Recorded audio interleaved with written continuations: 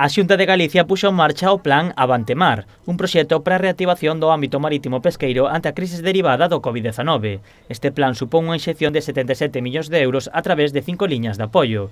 Unha delas está destinada a aqueles sectores que non cesaron a súa actividade e que seguiron traballando a pesar de ver reducidos considerablemente os seus ingresos. Nesta situación atópase o marisqueo P, ao que a Xunta destinará 5 millóns de euros. Madrid propón unha axuda de 50 euros diarios, creo recordar.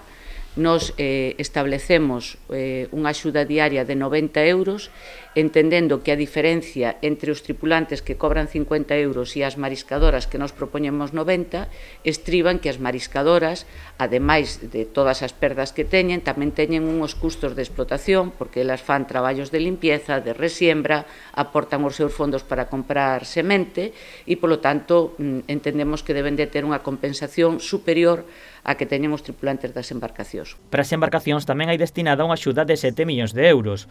Poderán recibila aqueles buques que seguiron traballando e viron minguados os seus ingresos. E vanse a poder acoller a ela todas as embarcacións que teñan porto base en Galicia, que estén no censo da flota pesqueira operativa, que estuveran activas durante o período da pandemia, e as axudas van en función da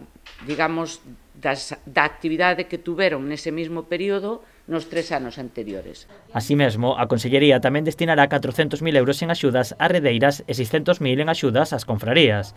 Dende o Grove agradecen esta colaboración ante o baixón que está sufrindo o sector. Hai unha incertidumbre total, como distío, mentres a restauración non estea aberta, vamos a sufrir moito porque, sobre todo aquí a baixura, vivimos de lotes de calidades, de precios, non de pescar moita cantidade de nada.